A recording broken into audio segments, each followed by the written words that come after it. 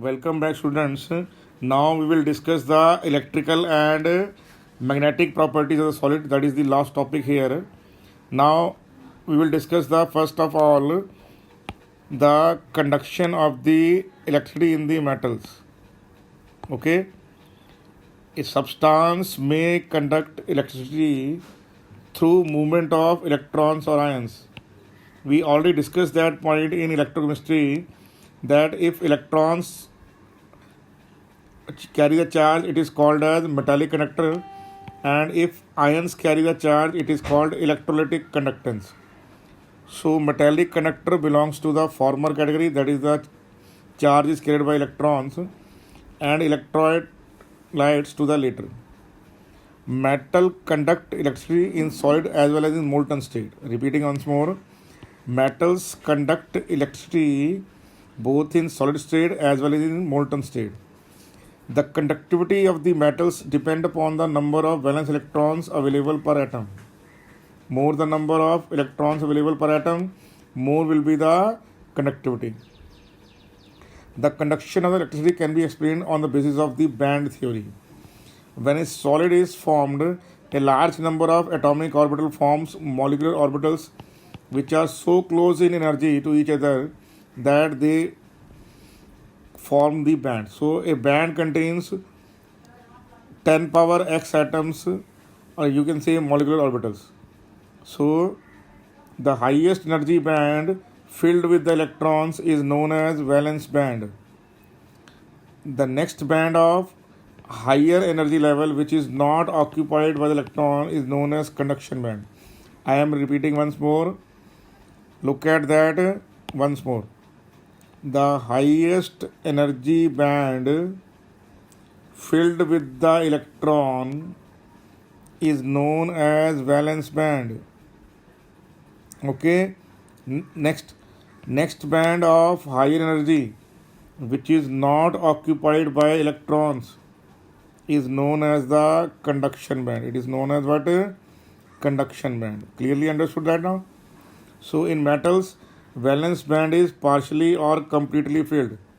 In metals, valence band is partially or completely filled. It overlaps with the unoccupied higher energy conduction band. So you can say that in case of metals, there is an overlapping between the valence band and the conduction band. Okay, so there is no energy gap between these two. They are literally overlapping with each other. So the electron can easily flow from valence band to the conduction band under the application of an applied electric field. The metal shows conductivity. If the gap between filled valence band and conduction band is very large, that electrons cannot jump across to the conduction band. Therefore, such a substance has very small conductivity and it behaves like an insulator. So, in metals, conduction band and valence band, they are overlapping, and in case of insulator, there is a very large gap between the valence band and the conduction band. Remembering that valence band is the filled orbitals while the conduction band is high energy level, that is empty orbitals. Now in electrical conductivity, solid exhibit an amazing range of electric conductivities extended over 27 orders of magnitude, ranging from 10 power minus 20 to 10 power 7 ohm inverse meter inverse. So you can say that there is very huge order, minus 20 to plus 7, so 27 order, you can say that is a huge gap. So they can show conductivity from 10 power minus 20 to 10 power 7. So range is very large. Okay, so in conduction we already discussed that solid with the conductivity range between 10 power 4 to 10 power 7 are called conductors. The metal which have conductivities of order 10 power 7 are good conductors, excellent conductors. Conductivity, that is very, very important. Conductivity of the metal decreases with the increase in temperature. Insulator. These are the solids which do not allow the electricity to pass through. They have a low conductivity ranging between 10 power minus 20 to 10 power minus 10. So look at that. So you have to memorize these 10 powers. In case of metals, value between 10 power 4 to 10 power 7. In insulator, the value is between 10 power minus 20 to 10 power minus 10. Rubber, plastic and glass are very good insulators. They are very good insulators. Now in case of semiconductors, what happens? In which the electrical conductivity of the semiconductor at normal temperature lies between a good conductor and an insulator. These are the solids with conductivities in the range of minus 6 to 10 power 4. So in case of solid which have conductivity in this range, what can you say? You can say that in these solids, so they are, you can say, sandwich between the insulator and the conductor. Very good conductors have value from 10 power 4 to 10 power 7, and the insulator, the value is in between 10 power minus 20 to 10 power minus 10. So semiconductors are sandwiched between them. They may have very low value, they may have large values. So semiconductors are prefer, or you can say, perfect insulator at absolute zero. So that temperature can never be obtained.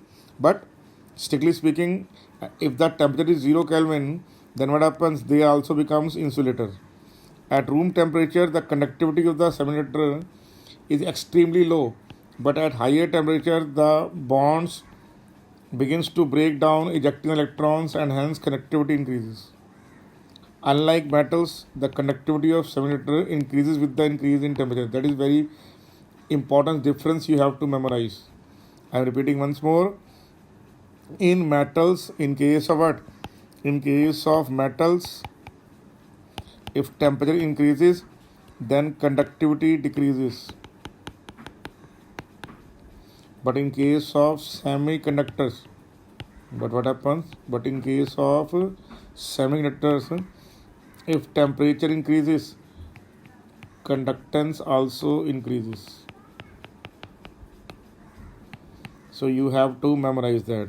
Silicon, germanium are basically semiconductors, and more appropriately should be called as intrinsic semiconductors. Now, what are semiconductors? That is very, very important. Semiconductors are material which have conductivity between conductors and non-conductors, that is insulators. Semiconductors can be compounds such as gallium, arsenic, okay, pure elements such as germanium, silicon. So gallium arsenide, that is popularly known as gas, okay, gallium arsenide both, Ga gallium, As arsenide, popularly known as gas, that is a compound actually, okay, alloy you can say, that is excellent conductor. Similarly, pure germanium, pure silicon also very good conductors.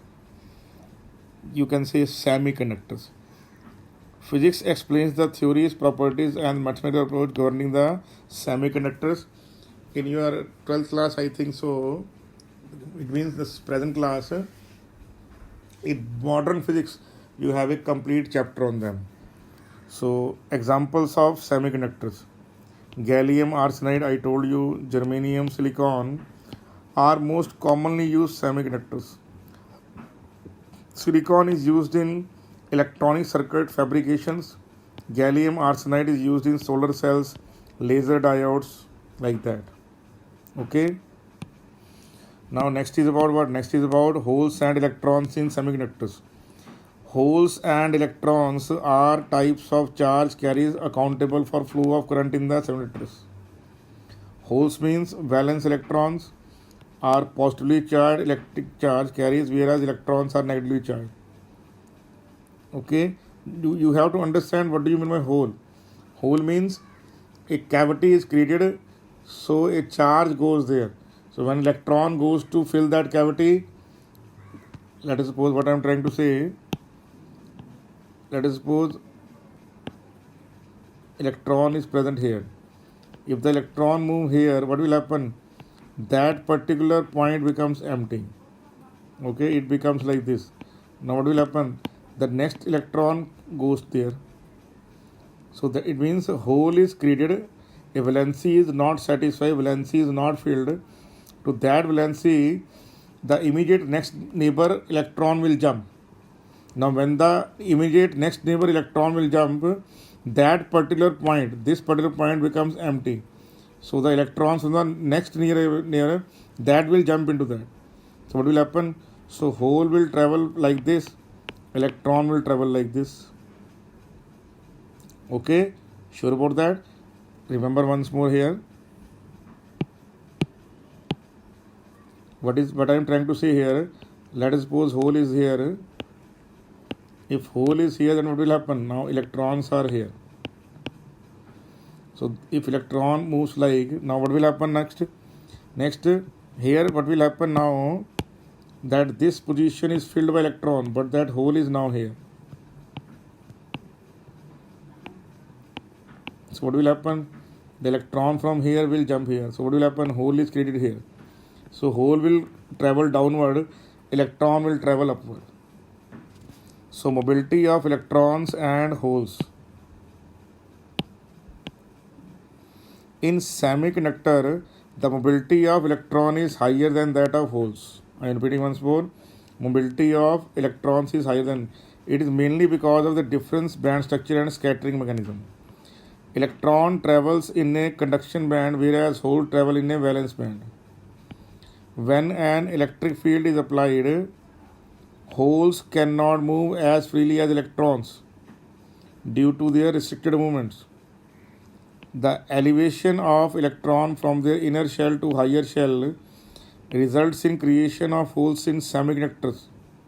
Since the holes experience stronger atomic force from the nucleus than the electrons, so holes mobility is lower. Okay, now the mobility of the particle in a semiconductor is more if the effective mass of particle is less, the time between the scattering is more. For intrinsic silicon, means heating only, the mobility of electron is 500 centimeter square volt per second, while the mobility of hole is only 475. So 1500 and 475. So there is a gap of 3 times, you can say. So electron travels at room temperature, you can say 3 times faster than the hole. The bond model of electrons in silicon of valency 4 is given to you now. When one of the free electrons it leaves the lattice position, it creates a hole somewhere. Now let's look at the band theory of these semiconductors. The introduction of the band theory happened due to the quantum revolution in science. Walter Hitler and Fritz London discovers the energy bands. We know that the electron in an atoms are present in different energy levels. When we try to assemble a lattice of solid n atoms, then at each level of an atom must split into n level in the solid. The splitting of the sharp and tightly packed energy levels forms energy bands. The gap between the adjacent bands representing a range, and that energy beyond the gap is called as the band gap. Now what do you mean by that? That valence band and conduction band nearly overlapping in metals, and valence band and conduction band have a very large gap, that is in the insulator, but that gap is very less in case of, there is a gap but less in case of semiconductors. Now valence band, as I already discussed with you, actually if you go through your previous class memories, the resemblance can be like that. Valence band is like a bonding M orbitals, and conduction band is what? Anti-bonding molecular orbitals. So there is an energy gap occurs. So you have to what think like that when atoms are coming together, then if n number of and n number of two atoms, so n and n becomes what 2n. So when 2n type of atoms are coming together, then n number of valence band and n number of conduction band will be formed, equal number. But conduction bands are empty and valence bands are filled. That is the only difference. You can say that in an insulator energy gap is very large. This is the energy gap between valence band and conduction band. In case of metal, it is nearly overlapping. There is no gap, and there is a very little small gap like that, which I filled up with this black ink now. Okay, that is energy gap between conduction band and valence band that can be easily filled by heating or by putting some impurities. In case of metals, the valence bond is partially or completely filled. It overlaps with the unoccupied conduction band, so the electron can easily flow from valence band to conduction band under applied electric field, and the metal shows what? Metal shows conductivity. What happens in case of metals? They are overlapping, so as soon as potential difference is applied, electron free to move. The gap between valence shell and conduction shell is large, then the electrons cannot jump across even if potential is applied. Therefore, such a substance is known as insulator, like here. That even if potential difference is applied, electron cannot go from here to here. Are you sure? But look at the gap between valence band and conduction band. Very little gap. Small energy gap is there. So now we will discuss the conductance in the semiconductor. Now, in case of semiconductor, the gap between valence band and conduction band is very, very small, as I show you. Therefore, the electron may jump from that level with some conductivity. So, electric conductivity of semiconductors increases with the rise in temperature. Since more electron can easily fill the energy gap and jump to the conduction band. Why? Because you are providing heat to them. Substances like silicon, germanium show this type of behavior and called intrinsic semiconductor, that under normal conditions they are insulator, but if you just provide them some heat, what will happen? The electron can easily move from the valence band to the conduction band, so conductivity starts. The conductivity of these intrinsic is not high at room temperature, or you can say it's too low at room temperature. Their conductivity is increased by adding appropriate amount of impurity. These process is called doping, and added impurity is called dopant. Okay, generally what happens, silicon and germanium belongs to group 14. If group 13 impurity, boron, aluminium, gallium, they are being added, then it is called as p-type semiconductor. And if the impurity added belongs to group 15, that is called phosphorus and arsenic. Okay, so then it is called as n-type semiconductor. I am repeating once more. Intrinsic semiconductors are silicon and germanium, both belongs to group 14. So if you take group 13 element like boron and gallium as impurity and make them dopant, then it will give you an p-type semiconductor. And if you add group 15 like phosphorus or arsenic along with germanium and silicon, then you will get a n-type semiconductor. Doping can done with the impurity with the electron rich or electron deficient compared to the, so what can happen? Electron rich is what? Group 15, electron deficient group 13. So if you add group 13, that is boron and gallium, and electron rich, that is what? Phosphorus and arsenic, that is group 15. So electron rich impurity is group 15 and electron deficient impurity is group 13. Okay, such impurities introduce defects in the semiconductors. Doping enhances the conductivity And now the product is called as exchanging semiconductors. Doping enhances the conductivity and the products are called exchanging semiconductors. Now, how many types of semiconductors are present here? The answer is that there are two types of semiconductors are there: intrinsic and extrinsic. Intrinsic means pure element, and extrinsic means they are doped with some impurities. Okay, intrinsic and extrinsic, the bigger difference is that intrinsic semiconductor can only conduct electricity on heating, but for the extrinsic semiconductor you does not require what heating. Under normal set of condition on doping they can do conductivity like the pure metals.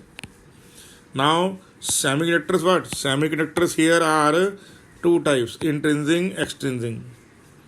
They are pure germanium and silicon. Okay, but extrinsic semiconductor can be of two type: p type and n type. Now first n type, if you add group 15 impurity like phosphorus, arsenic, antimony, like that, what will happen? It will happen that the number of electrons available in the lattice are more than the number of holes. But if you added group 13 impurity here like gallium, boron, indium or aluminium, then what can happen? You can have number of holes more than that of number of electrons available in the lattice. Are you sure about that? You have to understand one important thing, that one silicon is surrounded by the other silicon in a pure crystal lattice. So its valency 4 is being satisfied. Look at that, bond is there, so bond is there, bond is there, and bond is there. But if you doped it with what? With either, if one of the silicon here, let us suppose central one, is replaced by either boron or phosphorus, you will get a different picture of that. Okay, we will show you that like that. That in case of what? In case of n type and p type, what happens? Remember this particular picture. Okay. Now here can you see that? You can see here that silicon has electron. It's now you can see that silicon has 4 valence electron. Silicon has what? 4 valence electron around itself. Now in normal condition what happens? In normal condition a bond is formed like that, a bond is formed like that, a bond is formed like that, a bond is formed like that. But if this central silicon has been replaced by either group 15 or group 14 element, let us suppose this is being replaced by boron, then boron has how many? Boron has only 3 valence electron. So what can be there? So silicon atoms are around it also.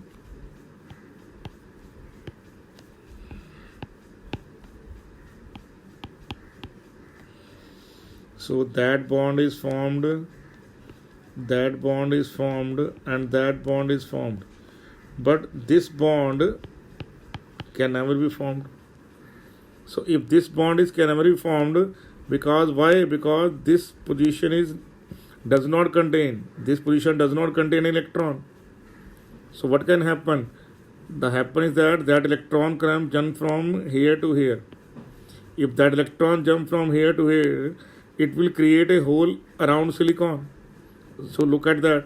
If a electron jump from here to here, if it jump, because a hole is there, so electron jump from here to here, what will happen? Boron will get the electron like that. But now silicon has what? Silicon has one hole around itself. So what can happen? This electron can jump here. If this electron will jump here, what will happen? Now in that case, what will happen? Now electrons are, if boron has now 4 electrons, silicon has how many? Silicon, this electron is here now. Okay, but a hole has been created here. So you can see there, first hole is created here, then here, then here. Similarly, that electron can, or a neighboring electron can come here. So that's how a hole is being created. A hole is being created like that. Are you sure about that? Similarly, if you add phosphorus to it, how many electron phosphorus has? Phosphorus has 5 electron as impurity. So silicon has 4 electron around itself, and phosphorus has how many? 5 electron.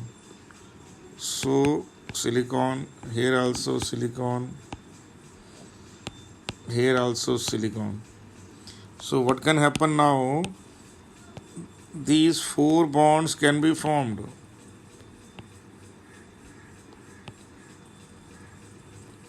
But this 5th electron remains what? Free. So that remain free electron is what? Is now available for what? Now available for conductivity. Now available for what? Conductivity. Now the conductivity is increased by adding an appropriate amount of suitable impurity. This process is called as doping. Doping can be done by either electron rich or electron deficient. I told you electron rich means group 15, electron deficient means group 13. Okay, sure about that?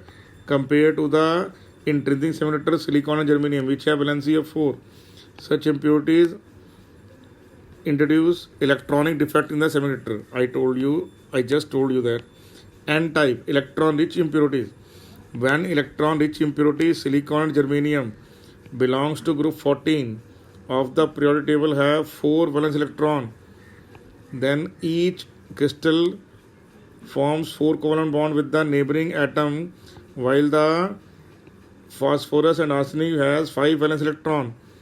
The atom of the added impurity occupies some of the lattice position in the germanium and crystal, and 4 of the 5 electrons are used in the formation of 4 covalent bond with the 4 neighboring silicon atom. The 5th electron is extra and becomes delocalized. I just shown you. Okay, I told you like that. In case of crystal, pure crystal, what happens? Silicon has a silicon bond around itself. Now if one of the silicon has been replaced by phosphorus, replaced by what? Phosphorus, which has 5 electron with it, then what can happen? With silicon,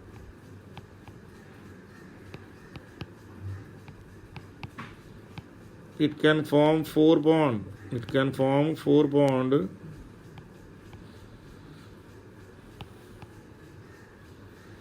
But the 5th electron will remain free. That free electron is what? That free electron that is being talked about. That the 5th electron, the 5th electron is what? The 5th electron is extra and becomes delocalized. And this delocalized electron increases the conductivity of the doped silicon and germanium. Hence, increase in conductivity is due to the negative charge electron. This extra electron is there, that increased what? That increased the conductivity. Silicon doped with phosphorus is known as N-type semiconductor. So phosphorus, okay, phosphorus, arsenic, they are electron rich. They are electron rich because they belongs to group 15. Now I already told you about N-type semiconductor and P-type semiconductors. Okay, so in case of what? In case of lead, or in case of here, what can happen? Here middle atom is phosphorus, it has 1 extra electron, I already told you. And if boron is here, it has 1 extra hole with you, I already told you. So boron will give you what? A hole, and phosphorus will give you a extra electron. I am repeating once more, boron will provide you a hole, while phosphorus will provide you an extra electron. Now look at once more in the case of what? In the case of electron deficient impurity, silicon has been surrounded by silicon. Now if silicon atom is replaced by what? Is replaced by a boron atom which has only what? Which has only 3 electron as valence electron, that what can happen? Now silicon has what? Silicon has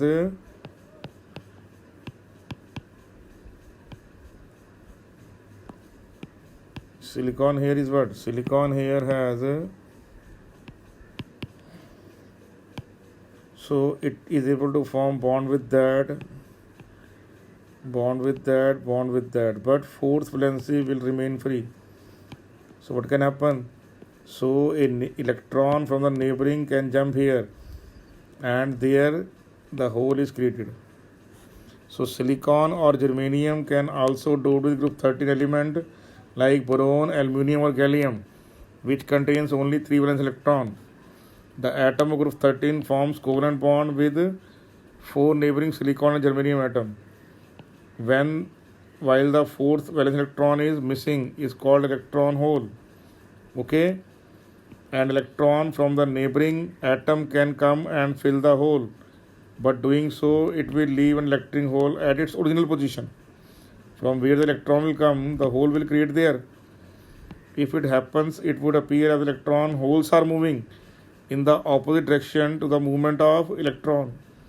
Under the influence of electric field, electrons will move towards the positively charged plate through electronic holes, but it will appear as electron holes are positively charged and moving towards negatively charged plate. This is called as p-type called as what? P-type semiconductor. You can see here also. Now arsenic has what? Arsenic has one. Arsenic belongs to what? Arsenic belongs to group 15. This arsenic belongs to group 15. Boron belongs to group 13. So n-type is found by a group 15 element and p-type found by a group 13 element. The conduction of extrinsic semiconductor can also be explained on the basis of band theory. When impurity is introduced in the intrinsic semiconductor, a new energy band is created between the valence and the conduction band. We already discussed that. That is very, very important. You have to memorize that. Okay? Sure. Now look at the difference between conductor, insulators and semiconductors. Substance which allow the electricity to pass through easily are called conductors. Insulators which do not allow the electricity to pass through easily. Examples are rubber, wood, glass. Semiconductors, substance which allow electricity to pass through them partially. Silicon, doped silicon, like that, or silicon impurities. The conductor, the solid has no gap. There is no forbidden zone between the conduction band and the field band. Energy gap is not there, so electron can easily move from one band to the another band. Conductivity decreases with the increase in temperature. But in insulator, what happens? Insulator, nothing happens. There is a very large gap between the conduction band and the field band. But in case of semiconductor, there is a small gap between the conduction and the valence band, and electron can be jump or make to jump either by heating or by making it doped to jump. The conductivity increases with the increase in temperature. Application of n-type and p-type semiconductor. Various combination of n-type p-types are used. Diode is a combination of n-type and p-type semiconductor and used as a rectifier. Transistors are made up of sandwiching a layer of one type of semiconductor between the two layers of other type of semiconductor, NPN type and PNP type. Transistors are used to detect and amplify radio and audio signals. The solar cell is an efficient photodiode, and conversion of light energy into the electric energy is possible. Germanium and silicon are group 14 elements and have a characteristic valence of 4 or 4 bonds like in diamond. But a large variety of solid state material have been prepared by combining them with group 13, group 15, 16 or 12. Okay, like indium, antimony, aluminium, phosphorus, gas, that is gallium arsenic. So these are very, very important substances. Gallium arsenic semiconductors are very fast response and revolutionized the design of semiconductor devices. Zinc sulfide, cadmium selenium, mercury tellurium are example of groups 12 and 16 compounds. In these compounds, the bonds are not perfectly covalent, and the ionic character depends upon electronegative difference between the bonded atoms. Okay, that is very very important. It is interesting to learn that transition metal oxide shows marked difference in electric properties. Titanium oxide, chromium dioxide, and rhenium trioxide behave like metals. Rhenium oxide is like metallic copper in its conductivity and appearance, while certain oxides like vanadium monoxide, dioxide, trioxide, and titanium trioxide shows metallic and insulating property. Switch between these two. Okay, depending upon the temperature. Now the magnetic properties of the solids. Every substance has some magnetic properties associated with it. The origin of these properties lies in the electrons. Each electron behaves like a tiny magnet. Its magnetic moment originates from two types of motion: orbital motion around the nucleus and spin around its own axis. Electron, being a charged particle undergoing these motion, can be considered as a loop of current which possesses a magnetic moment. So each electron has permanent spin and magnetic moment associated with it. Magnitude of this magnetic moment is very small, and measured unit is Bohr magneto. It is equal to 9.27 into 10 power minus 24. Every substance possesses magnetic properties originate from electrons present in them.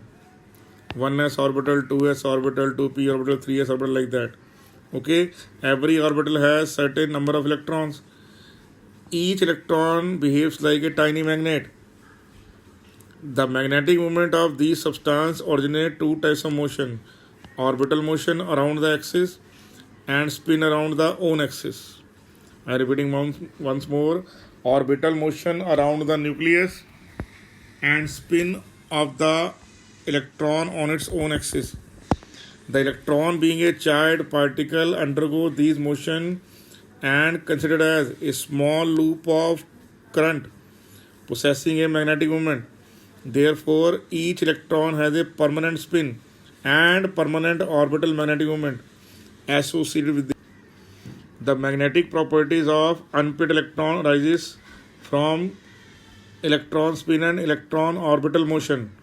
Generally, in most of the cases, orbital motion contribution is not taken into account. It has been taken as quenched. Okay, why? Because orbital contribution is very very less. So only in case of some heavier elements you will consider the orbital motion contribution. In each and every case you will take the spin contribution only. Okay, a natural constant which arises by the treatment of magnetic effect is Bohr magneto. Its value is EH by 4 pi mc. Magnetic moment of single electron is equal to under root of SS plus 1, where S stand for n by 2. Okay, so this is all about what already told to you in, we have already discussed this particular spin magnetic moment in atomic structure already. The paramagnetic substance are weakly attracted by the magnetic field. It is due to the presence of one or more unpaired electrons that get attracted by the magnetic field. Application of magnetic field magnetize the permanent substance, paramagnetic substances in the same direction. I am repeating once more: they are weakly attracted by the magnetic field. And second, application of magnetic field magnetize the paramagnetic substance in the same direction. They lose their magnetism in absence of external magnetic field. Oxygen, copper 2 plus, Fe3 plus, Cr3 plus are examples.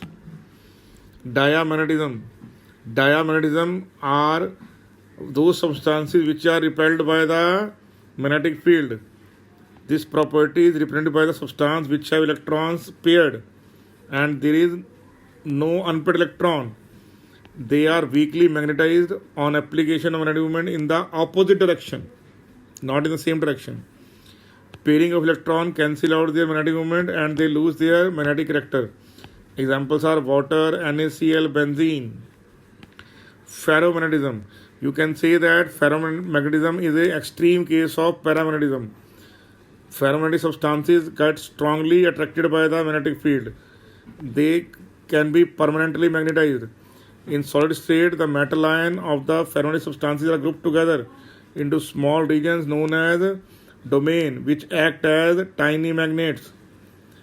The unmagnetized ferromagnetic substance, the domains are randomly oriented and cancel out their magnetic moment. But in presence of magnetic field, all the domain of the substance get oriented in the same direction to the applied magnetic field, producing a strong magnetic effect which persists even on removal of the magnetic field. So ferromagnetic substance becomes a permanent magnet. Examples are iron, cobalt, nickel, gadolinium, CrO2. They are all ferromagnetism substance. They show ferromagnetic properties. Ferrimagnetism. Magnetic moment of domains in the substance are aligned in parallel and anti-parallel direction in unequal number. Then it is called ferrimagnetism. They are weakly attracted by magnetic field as compared to ferromagnetic substance. Examples are magnetite ore and ferrates, Mg Fe2O3 or zinc Fe2O4.